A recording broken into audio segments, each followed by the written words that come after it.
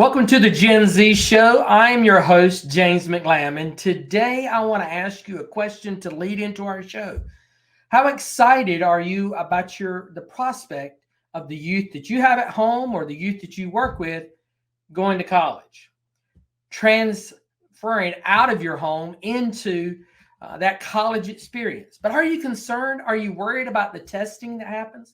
Well, our guest today, Josh Aronovitch, is a college preparatory coach, but really what he does is he helps young people find their path, their purpose, and their passion in life as he prepares them for the college entrance exams. He's really discovered and found that the secret of working with young people is building in them that passion and helping them find that and helping them develop that. And the vehicle that he does it through is college preparatory exams. Listen, if you have a young person in high school at all, and you have aspirations of them going to college, you need to really look at this program and really look at what Josh has to offer. It is amazing. He's very successful with some of the programs that he has. I'm excited to share this with you. I know you're going to enjoy it as well. So let's get to our interview with Josh Aronovitch.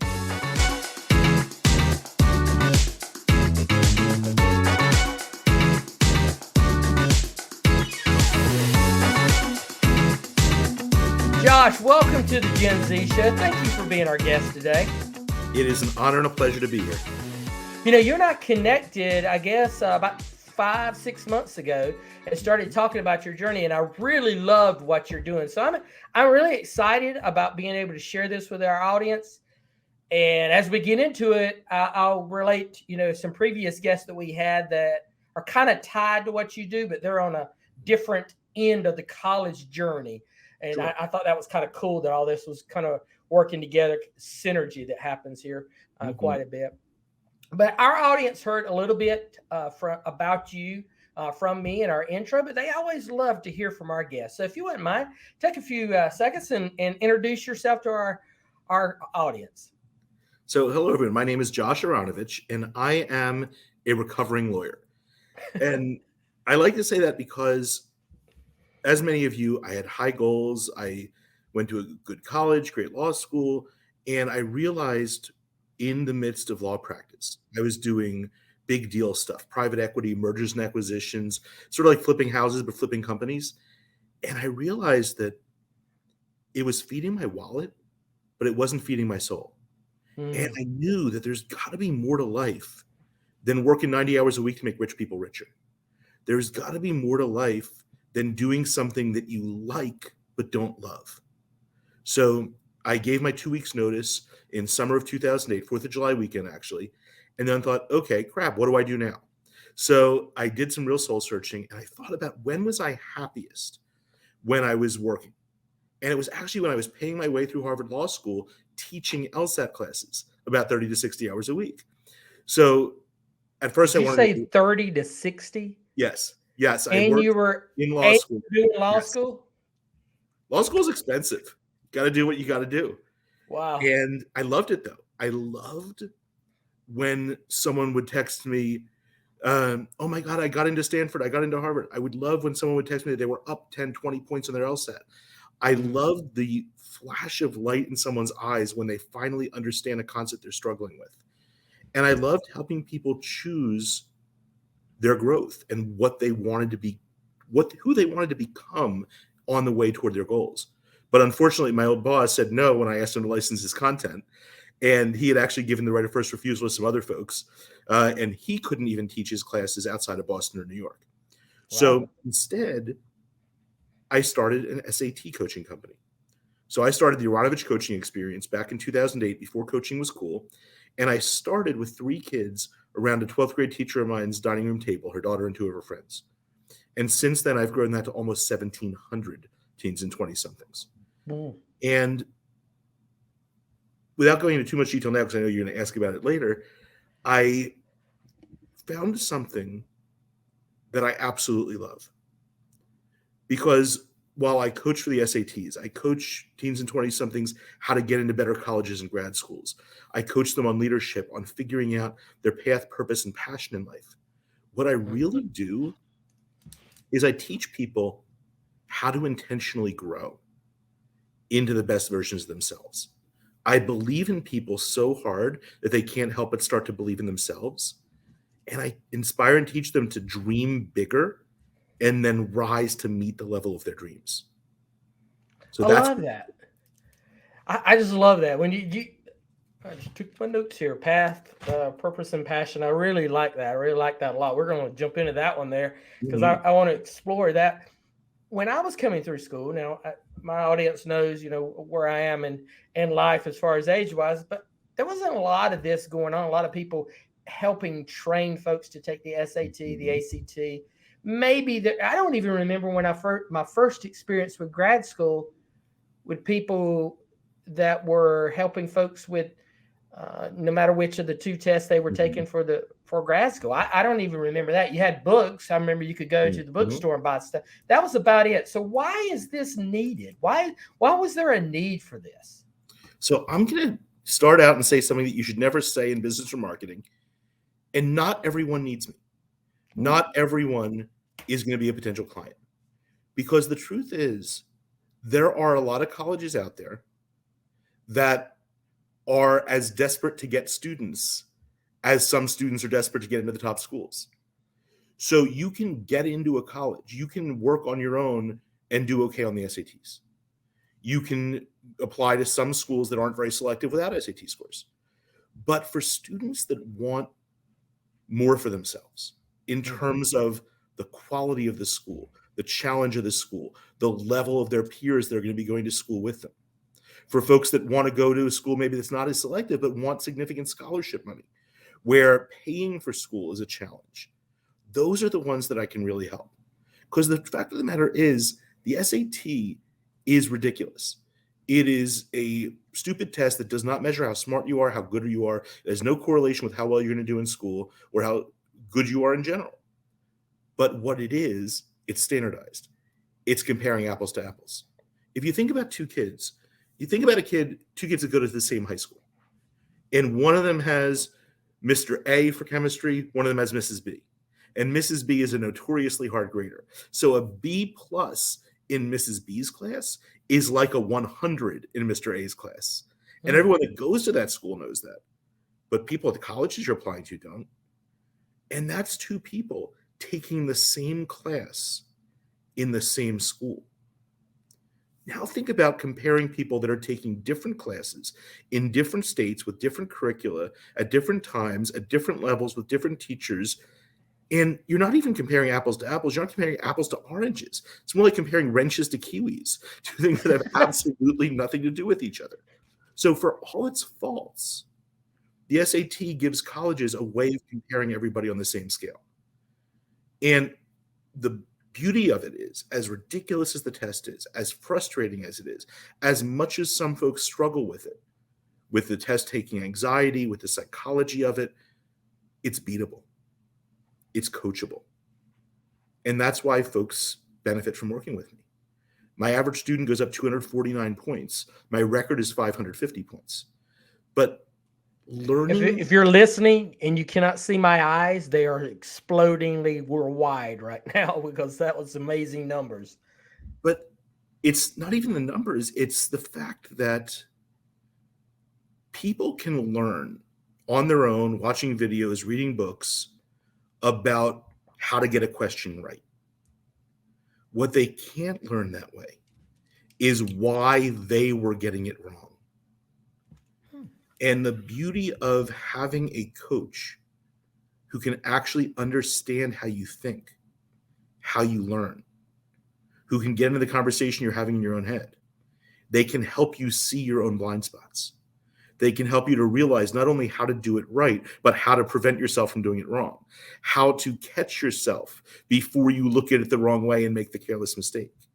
So it's a process of, it's not practice makes perfect. You can take a million practice tests and not get any better because you're just practicing doing the same thing the same way wrong.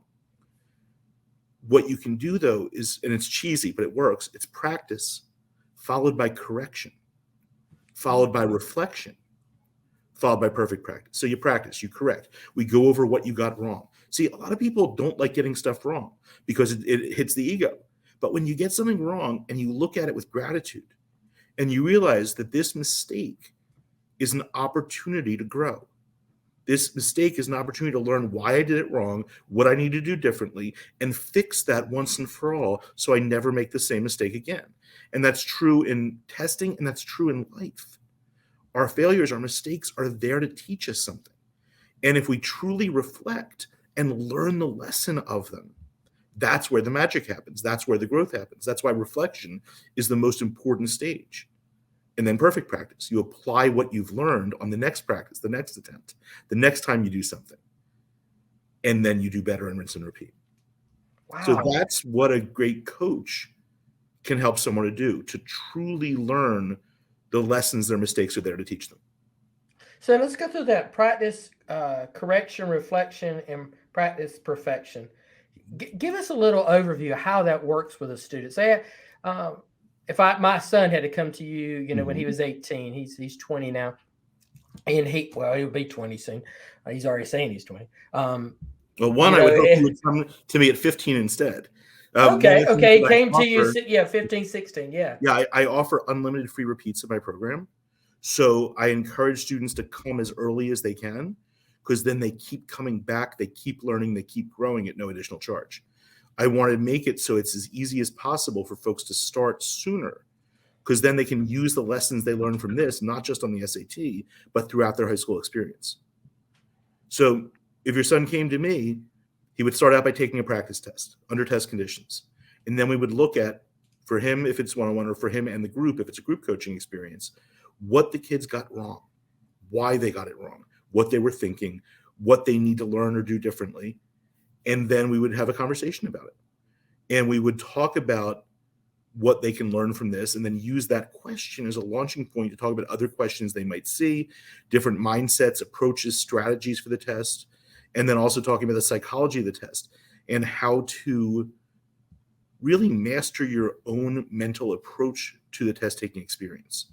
Because so much of the test is not just knowing it, but it's knowing how to react when you start to feel anxious. It's when you're on a question and it's not working and you're getting frustrated. Instead of getting stuck on that question and banging your head against the wall and then finally throwing up your hands and getting the next two questions wrong too because you're so pissed off, it's about recognizing 5 seconds, 10 seconds in that a question's not working, and then immediately moving on to the next one. Not giving that question a chance to mess with your head. I call it getting off the frickin' train, because you're not only on the wrong track, you're on the wrong frickin' train. The only thing to do is get off the frickin' train. And by doing that, you can go through, get the rest of the questions right, and then go back to what you skipped with plenty of time left, because you never got stuck. You never got bogged down. And then you're able to get those right because you're looking at them with fresh eyes. So that's an example of one of the sort of non-substance points that I'll use a question or a series of questions as an opportunity to talk about. And then once we've done that in our session, the student will go and reflect on their own, look back over the test, think about the questions they got wrong and why and what they've learned from it, review their notes from the experience working with me. And then they go and do their next practice test for the next week's class.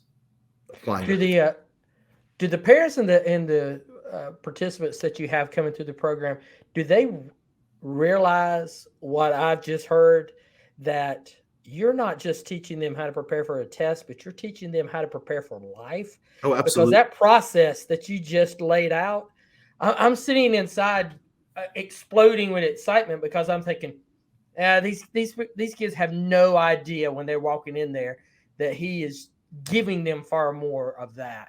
Oh, yeah. The SAT, honestly, is just an excuse. It's an excuse to help people grow into who they're meant to be. Ooh. One of my gifts is I have this double vision where I can see someone exactly as they are, and feeling seen, feeling truly seen and understood is so important and so rare. But in addition to seeing people as they are, I see them as they're capable of growing into. And I love to help plant those seeds and help people to see the next level of what's possible for them. of helping them to build on their own superpowers and to realize how amazing they are. So you're So really life coaching them and just using this as a vehicle. oh, for sure. Hmm. What's the expression in business? Sell them what they want and give them what they need. Give them what they need. Yeah. Well, this is probably what they would want, but they wouldn't know how to articulate it. Mm-hmm. Exactly. And for those that do, that's where the path, purpose, and passion coaching comes in.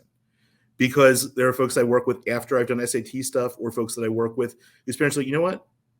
My son, my daughter isn't sure what he wants to do. He's drifting. He feels lost. He does okay in school, but he's just not motivated. So that's when I dive in and we explore someone's personality. We think about the things that have sparked interest and joy in their life, and we help them find some of the possibilities worth exploring in terms of potential careers. A lot of people, when they talk about career coaching or majors or things at college, they start in the wrong place. They start by focusing on the career, or start by focusing on the major. What I like to do instead is I start focusing on what is the relationship you want to have with work in your life. Do you want to work 9 to 5, get home, and not have to worry about it until the next day? Is work just something you're going to do to make as much as you can to provide for your family? Or is it important for you that your work is part of your identity, that you're doing something in your work, that it's an avocation, not just a vocation, that it's moving the needle to a better world? What is the impact you want to have on the world? When you're looking back at your life after 100 years, what do you want to be proudest of? And those are the questions. What are the feelings they want to have each day at work? How important is it to be challenged? How important is it not to be stressed? And those are the conversations that help to shape a sense of what work needs to look like. And then from there, we start thinking about careers and interests, and we try to create a sense of, for the multiple possible awesome paths, what are the degrees, credentials, relationships, experiences, and knowledge base that you would need to get to where you want to get. And then we work backwards to what programs, what schools will get them there. And the idea is that people change their minds. People change their minds multiple times sometimes in college in terms of their major. Yeah. In terms of, even with me after graduating from grad school. But the idea is, if you're moving forward to something, even if you don't know what that something is. And if you build a thick branch and you walk out on that branch, as you walk out further, you can see the thinner branches and the options that are before you. But if you never create the thicker branch and you never start walking out on it, you'll never see what those options are. Part of this is just helping people listen to that small, still voice inside when they feel that excitement about something, to trust. Yeah. I love that. And I'm sitting here thinking of students that, well, young people that I've worked with, and some that their parents have contacted me on. And when you said moving forward, that just really struck a chord with me, Josh, because I hear them say they're stuck in life. They don't know what they're doing. They're spinning their wheels. Yep. They're in school, but they don't know. They're not there for a reason. They don't know why they're there. They say this is a major they like, but they're showing no enthusiasm, no motivation for it. And they're just kind of pitter-patting around. What would you do to a kid like that? I mean, that is such an open-ended, bad podcast question because it's not specific, but it's just one that came to my mind. With a personality test, I use 16 personalities, which is a version of the Myers-Briggs. And what I do is I don't just have them take it. I have them take it while sharing their screen on the Zoom, so I can not just see the result, but see what their answers are to specific questions. Because that gives me an insight into who they are. And not only do I see their answers, I see when they hesitate over one answer and then pick something else. And that tells me something. It's sort of the way they answer the question, how confident they are. And using that and the personality they come up with and which ones are close gives me a sense of who they are personality-wise. And then I just ask the right questions. I ask them about things that they love. I ask them about things that they hate. I ask them about what are the things that give them joy now in their life and when they were younger. I ask them what they wanted to be when they grew up, before they knew any better. I try to figure out what their dreams were before they compromised with themselves and decided to do something that's realistic or something that makes more money. And then we really focus on the idea of sort of ikigai, of the Japanese concept of the 4 intersecting circles, of things that make you happy, things that make good money, things that you're good at, and things that make the world better. And the intersection of those four circles is your purpose. So it's starting those conversations and trying to take all the little interests and finding a way to weave them together into something that's uniquely theirs. Wow. Like one of my students who was a baseball player who was good at math, but who wasn't really motivated that much in school, didn't really know what his major was. He was good at stuff, but he didn't really love it. And we realized he wanted to be an agent. He wanted to be an agent, a Yes. sports agent? Yes. And that was the perfect way of combining all the different interests. And he's going to go to college. He's going to actually tutor athletes so he can start to build relationships and work on the business sense. He's going to do a finance degree and then go to law school. And then he's going to take the agent exam for the different major league sports. Wow. That's a career path laid out for. How old is the kid now? 16. 16.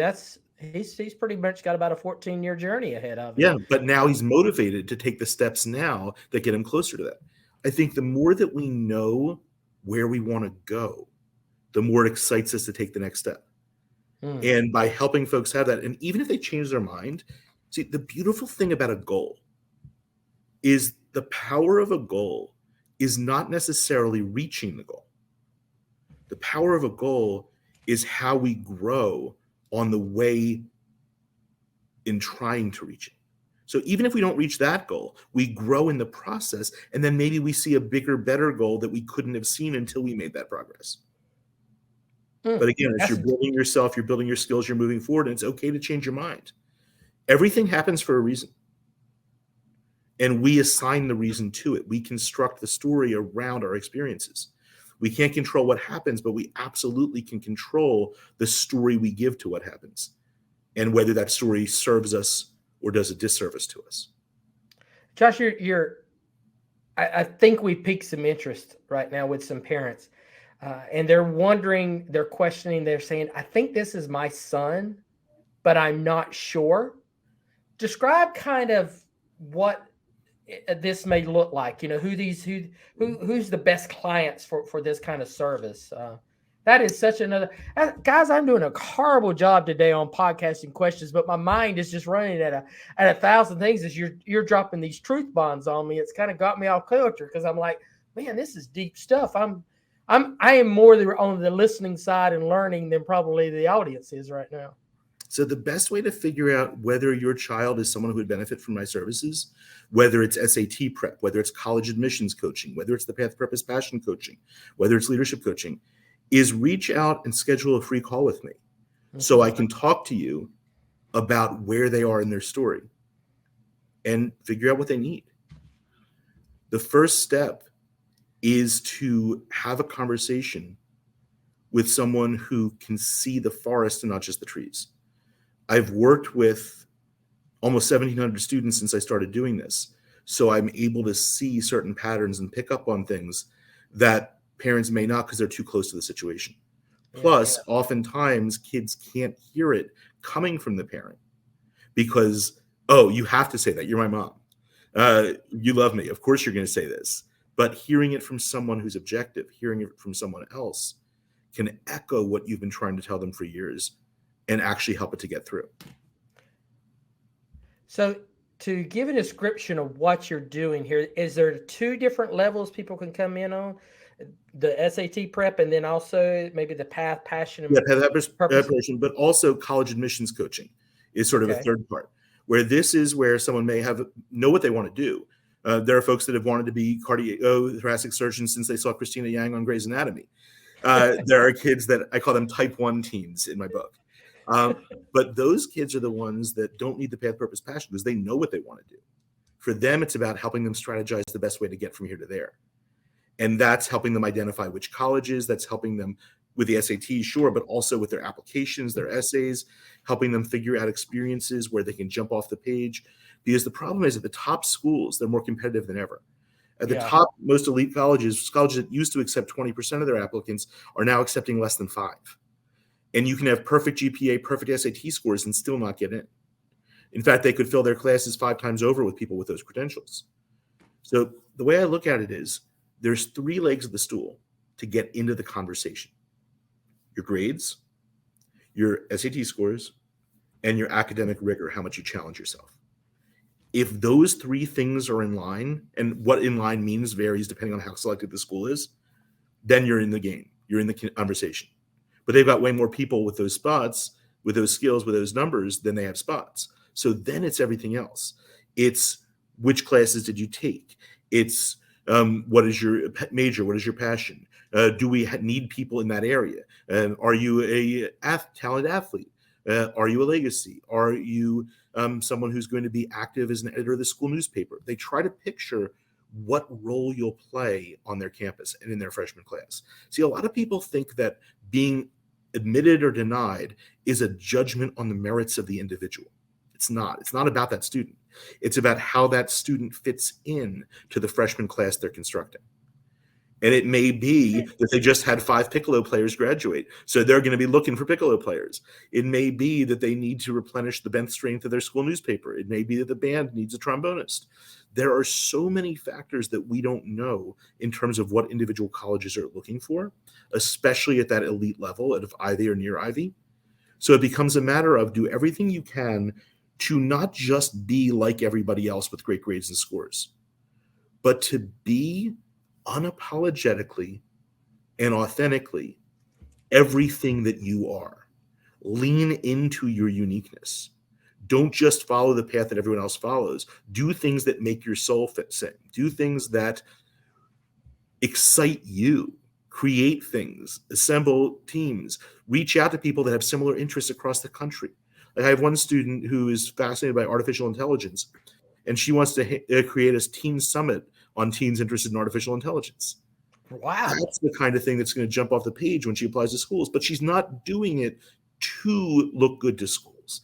And that's the key. Do the things you would love to do anyway, even if it didn't help your chances at all. Do the things that will just make you excited to be alive, and then talk about them. That is what's going to marry with your grades and scores in a way that's going to make you irresistible to the schools that you want to go to. Wow. Wow, that's amazing that she's doing that. I love it. I just keep coming back to this path, purpose, and passion because I just see so many young people that are struggling. I got an email yesterday from a guy who's saying, "Hey, can you refer me to one of your coaches in your program for my son, that's coming up," and then gave his phone number and didn't really give a description of it. But I kind of get the feeling that this guy's kind of lost and he's struggling with lack of motivation, and you get lack of motivation. Sometimes you're getting depression in students. Absolutely. And especially if you don't know what you want to do, or if what you want to do doesn't seem connected to what you're doing in school just doesn't seem important. And a lot of kids that are smart, that have ability, that have talent, struggle in school because they just can't make themselves do the work because they don't see the point. They don't see the connection. I'm looking over to see if I can see then I see the book. I just can't see the The Path of Purpose that was written by Stanford. It was a Stanford professor. It was talking about the path of purpose, helping youth find purpose in life. And one of the things it talks about is that's going to be a help for them when it comes to these. It can be a help. It's not the help. It's not the answer, but it can be a help to them that are overcoming some of the mental health issues that we're seeing. Would you agree with that? What are your thoughts on that? Absolutely. I think that people are struggling with mental health more than ever before. Now, part of that is just because we have a vocabulary and we're removing the stigma, so people are talking about it more. True. But also, it's because our society is broken. Jan McGonigal writes about it in a great book called Reality is Broken, where she uses the art and science of game design to look at the psychological needs that our schools, our workplaces aren't meeting. I think that's part of it. But it's also, we live in a culture that prizes hard work, but doesn't talk to people about why they're working hard and what they're working toward. So there's this disconnect between effort and reward. And there's a sense in a lot of workplaces, and it trickles down into schools, that your hard work is rewarding someone else. and not rewarding you, and that people are being exploited, they're being taken advantage of. You see the Great Resignation recently. And I think Gen Z is really smart, and they are aware in a way that people haven't always been. So they know when something doesn't smell right. And they know that the society we live in, the social compact, doesn't quite smell right now. They haven't figured out what the answer is. They haven't necessarily figured out sort of how to recreate it. But they know that certain things that we used to take for granted don't seem to fit well anymore. So part of that, and part of why I think I'm able to be successful in what I do, is that I start from a starting point of absolute respect for my clients, for my teens and 20-somethings, for the fact that they are not the one that's wrong. They are not broken, or they are not looking at it the wrong way. They're not it's not that they're not taking seriously enough. It's that they are dealing with very real issues, and they are facing very real struggles. And taking them seriously, facing them head on, approaching everything with radical honesty and radical empathy, I think is key to breaking through the barriers that they've created for their own self-protection. Wow. You're dropping some major bombs here today, some stuff. And it's going in directions that I just love, because what I'm hearing is you're not only giving great advice for, the potential student, these are the things you need to be thinking about, and the parent, these are the things you need to think about, but you're also dropping these bombs on folks who are actually in a position that you are, but are maybe looking at it from only the end product being a better score. Yeah. And that was one of the things that, Josh, that when you and I first talked, that I took away with when I got off the phone with you, was this is different what he's doing than most academic tutoring or, Sure. or testing prep, because he sees, he sees that bigger picture of what they're doing and understands on this. And that, I think this conversation is really coming at a good time for me, because I've had so many conversations of late with parents who are struggling.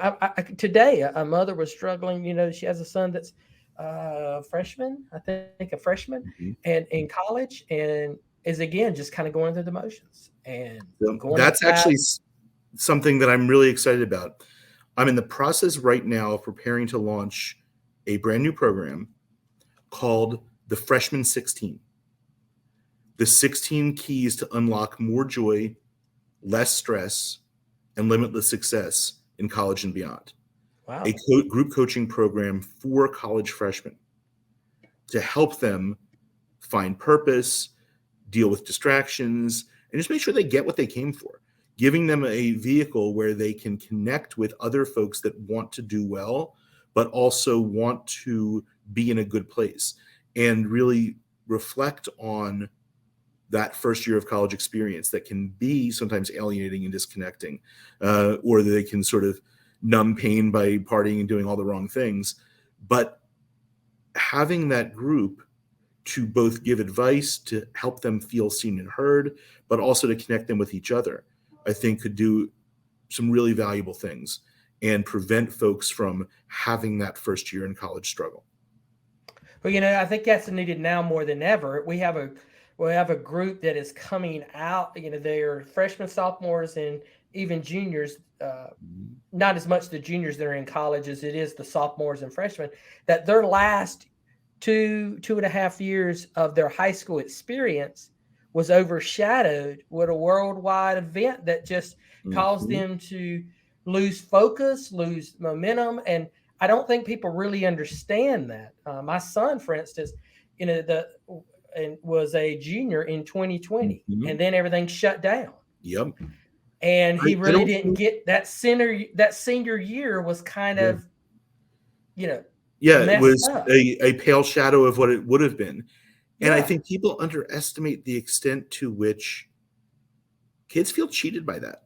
And not only that, they misunderstand. That parents and everybody just doesn't realize there are so many things. Now, I was a teacher for almost a decade, and There's so many little things, subtle things that Hmm. teachers do as you transition from being a junior in high school to a senior in high school. They Hmm. talk to you differently.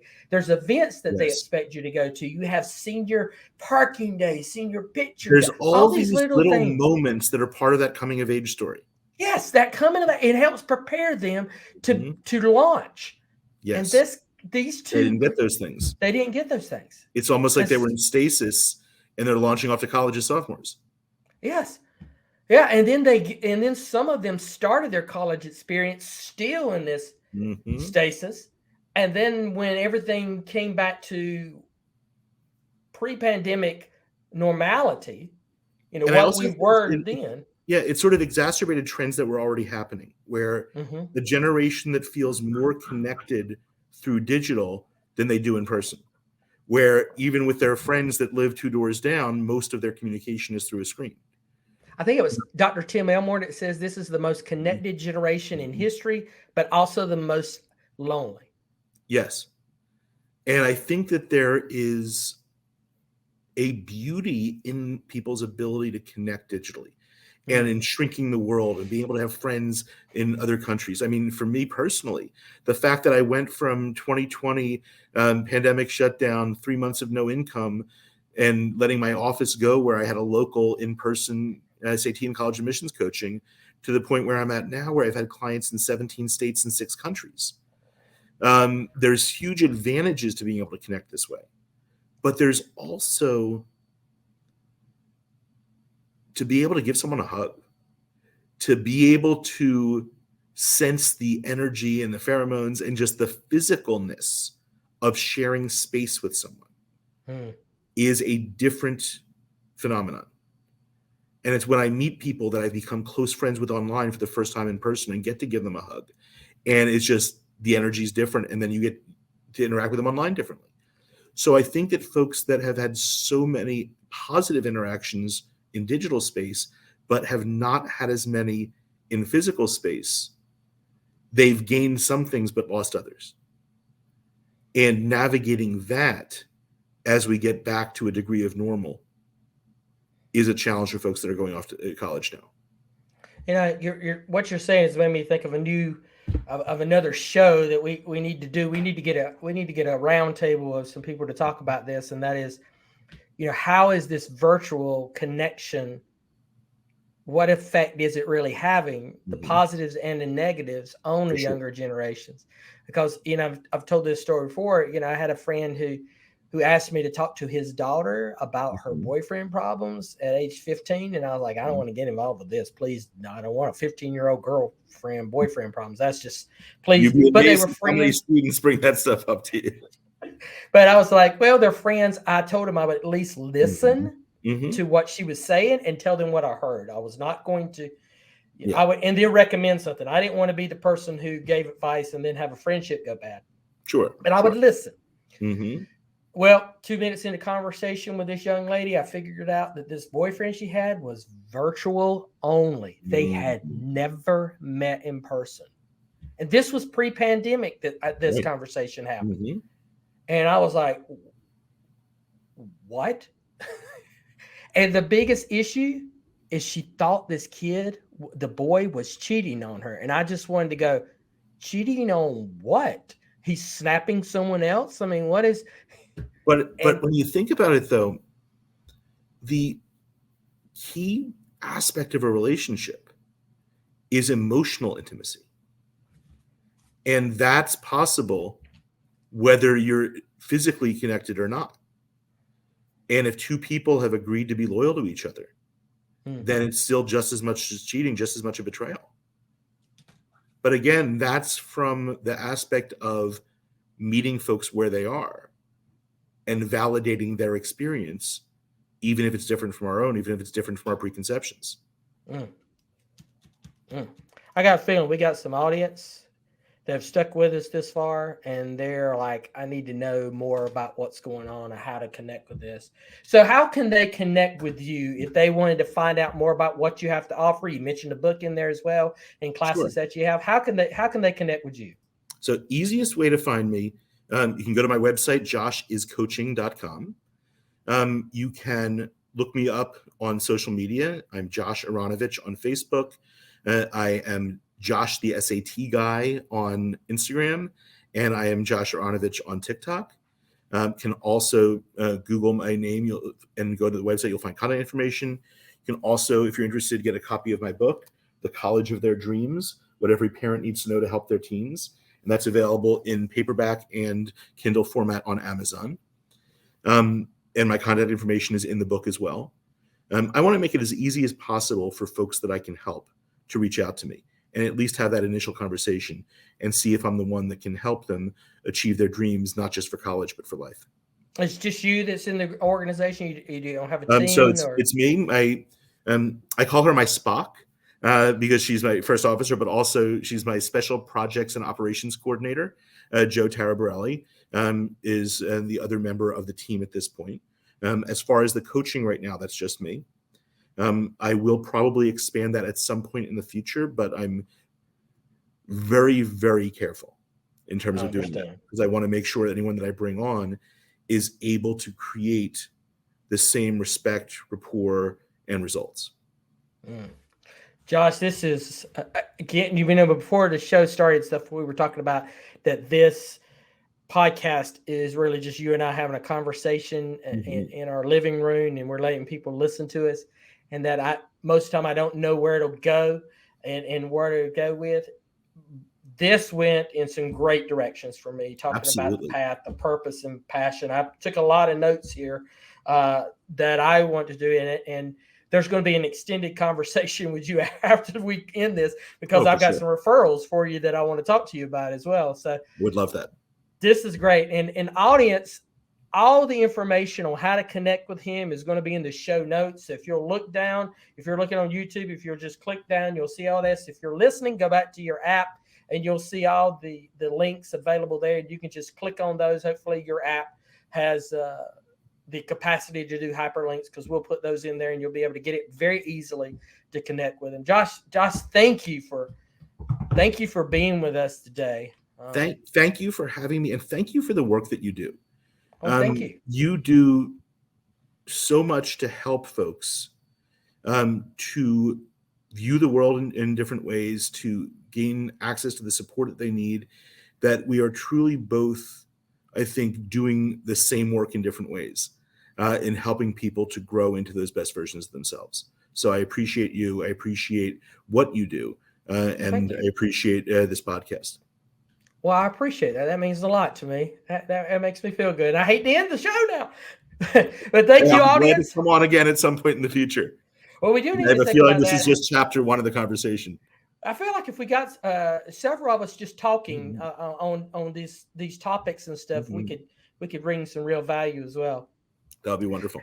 But thank you, audience, for sticking with us today. Someone that you know, and you know this is true, audience, someone that you know needs to hear what you just heard, needs to see what you just see. So please like and share and comment on this podcast so that it can reach as many people as it can. And we would really appreciate it. And we'll see you again next week on the Gen Z Show.